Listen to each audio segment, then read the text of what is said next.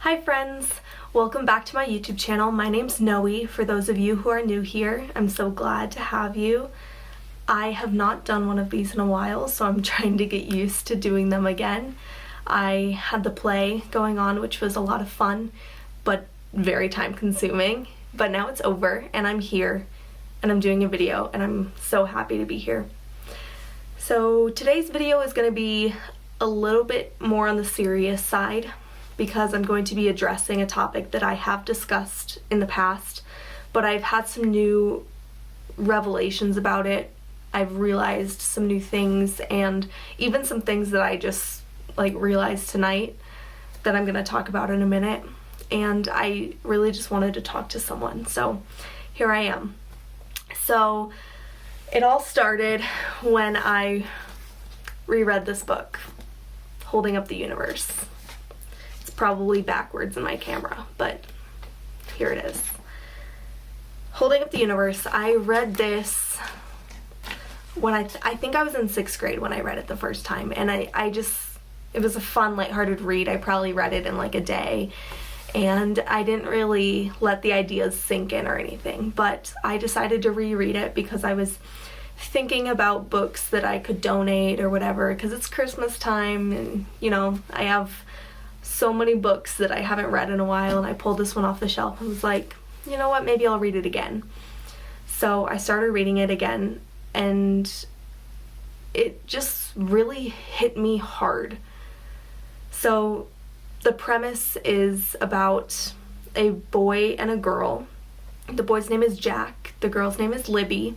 They're both in high school. I think they're both juniors, and Libby was once labeled America's fattest teen because after her mom died, she began eating a lot and kind of losing sight of herself, and she ended up becoming so large that she had to be airlifted out of her house. And then where the book picks up, she has lost a bunch of weight and she's returning to school, and she's trying to fit in at school even after being gone for so long, and it's kind of a struggle for her. And then Jack is a boy who is face blind, so he can't recognize people, even his own family members. He knows them and he loves them, but if he looks at them, it takes him a minute to recognize them, and if he walks down the hallway, he won't recognize friends or anything. So they meet because Jack is part of the popular crowd, and his friends pressure him into playing a game called Fat Girl Rodeo, where you go up to a larger girl and you hold onto her and don't let go. And he does that to Libby. And so they get off on the wrong foot. But Libby punches him because obviously he's holding on to her and not letting go, and then they both get in trouble because this takes place at school. So they're sent to this, it's kind of like detention, but it's like therapy detention, where they're in there with a bunch of other kids who got caught doing stuff, and they're all talking about their issues, and it actually kind of sounds awesome. They have dance parties and stuff. Okay, that's besides the point. Yeah, so they kind of reconnect there, and then they start realizing that they like one another, and they form this bond and relationship, and it's just a really sweet book, and it touches on so many topics that I definitely overlooked the first time I read this, and I just really resonated with Libby because she, probably every other teenager, is just trying to fit in, and she is just trying to make it through high school, go unnoticed. She doesn't want to be part of the popular crowd or need to be part of the popular crowd. She just wants to make it through high school. But she receives hate mail and mean notes in her locker, and all these people trying to push her down, tell her that she's not wanted, that she doesn't deserve to be alive, that she should hate herself, that no one loves her, and that just really hit me because I was bullied at one point in my life and I was told similar things, and I did get through it, but I remember how hard that was for me and just how alone I felt. And so reading that happened to Libby, even though she's a fictional character, I felt that connection to her. And then as you keep reading, you read more about her struggles, like walking down the hallway, like all the glances that she gets and all the eyes she feels watching her. And I feel it that way too. Like walking down the hallway, I feel like everyone's looking at me and judging me and making false assumptions about me and saying things about me behind my back, even if they aren't, even if no one's paying attention to me. I can't shake the feeling that I'm constantly being judged, and just like that I'm being judged and hated on by everyone that I'm passing. And so reading about Libby going through similar things is just, it's kind of inspiring, especially to read the way that she handles it. In one scene, she tries out for the Damsels, which is a dance group at her school, and Libby is an amazing dancer. She's super talented, and they even tell her that after her audition. They tell her that she did awesome. But then the mean girl in the book, the popular girl, because there's always a popular girl, she asks Libby her weight, and Libby goes 120 pounds, and everyone stares at her because they know that's not true, because she's still larger than what society considers normal. And so everyone looks at her and she goes, "Oh, did you mean my real weight or my spiritual weight?" And I just loved that, because I've spent so much time trying to not weigh myself and trying to forget that weight is important and that the number is important. And I finally was able to do that a little while ago, and it's so freeing, and to hear that mentality from Libby is amazing. And it's an awesome mindset to have, and it's just a way to say, hey, I love myself for all that I am, and I don't care. I can be 120 pounds if I want to be, because I don't feel like I am 200 pounds, So I thought that was really great. But there were more parts actually, but this part really struck me. So Jack and Libby start liking each other in the book, and they have a falling out.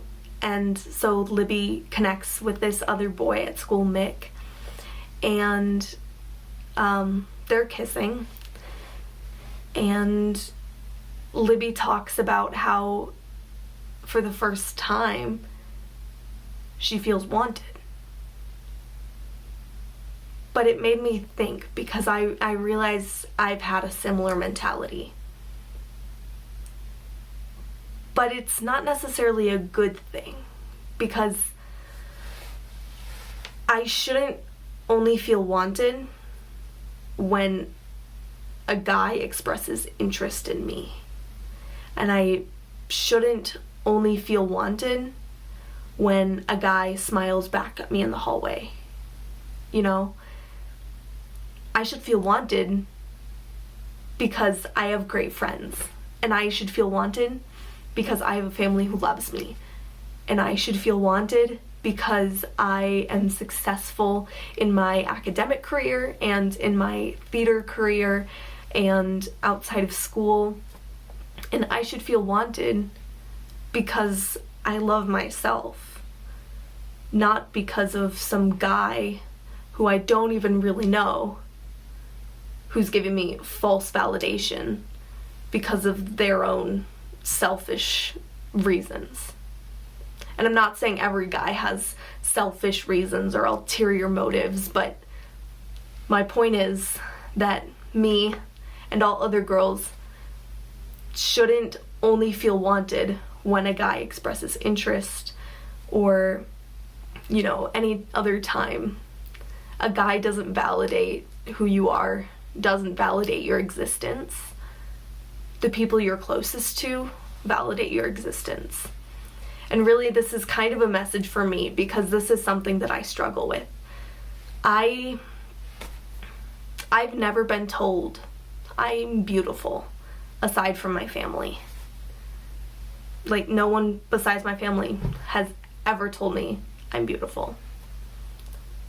And, you know, I feel like, along with other teenagers, I'm probably like, oh, you have to say that because you're my mom, or oh, you have to say that because you're my dad.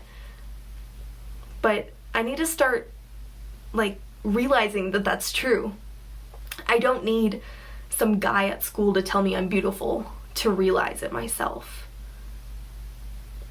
So that was a part that really struck me, because I realized that I do that too. I need that validation from acquaintances and strangers, and especially from boys, in order to feel wanted, in order to feel beautiful, in order to feel like I deserve love. And that's not, you know, that's not something that I should be doing. It's a good, like, thing to have on the side of family want and acceptance, but it shouldn't be your primary acceptance. It shouldn't be my primary need, and it shouldn't be what I need in order to feel accepted.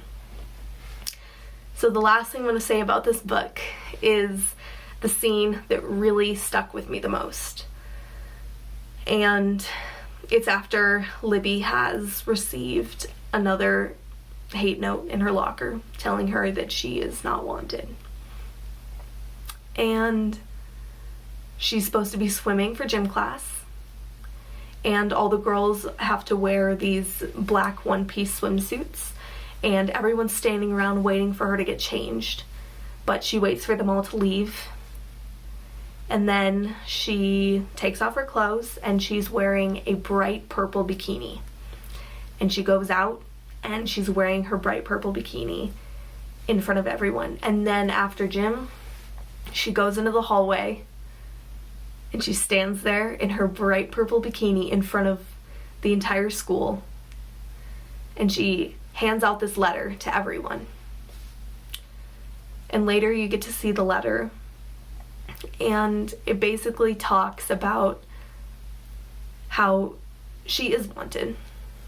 She's wanted by her friends, and she's wanted by her dad and by her family, and she's wanted by herself because she loves who she is, and she doesn't need validation from anyone else.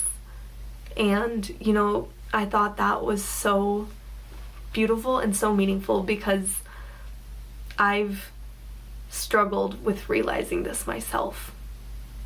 You know, I talked about this in my body image struggle video, which I am still going through all of that, and I probably will be for a while, because it's just the society we live in. But reading this book made me realize that I love myself, and I love who I am. I love every part of me, and I know that my friends love me, and my family loves me. Sorry. And I don't need that validation from anyone else, because I think I'm beautiful, and I think I'm great, and I think I am successful, and I think that I can do anything I put my mind to. And if anyone tells me otherwise, it's not true, because I know I am all those things, and I know I can do anything. And so that was really the biggest thing for me. I've never called myself beautiful before. And it feels so great to say, because I know that I mean it.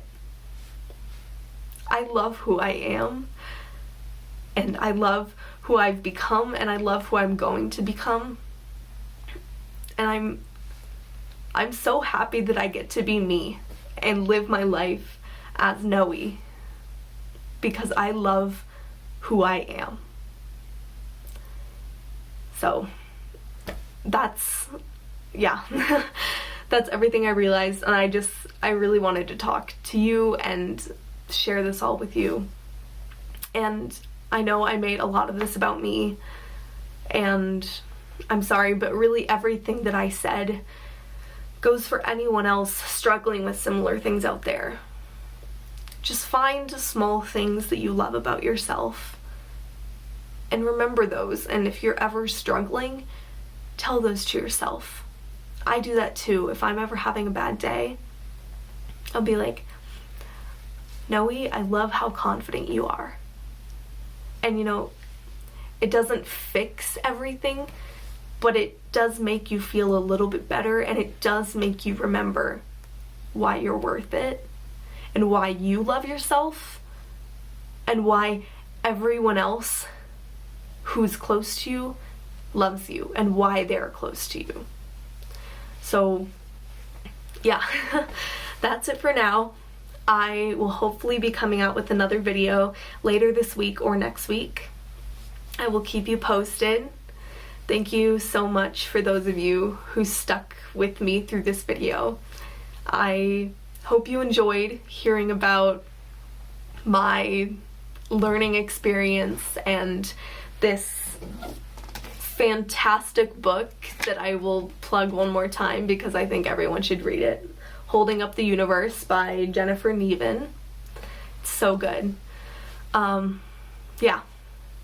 I am beautiful. You are all beautiful. I love you guys very much. Thank you for watching, and I will see you later. Bye, friends. Being authentic, Noe.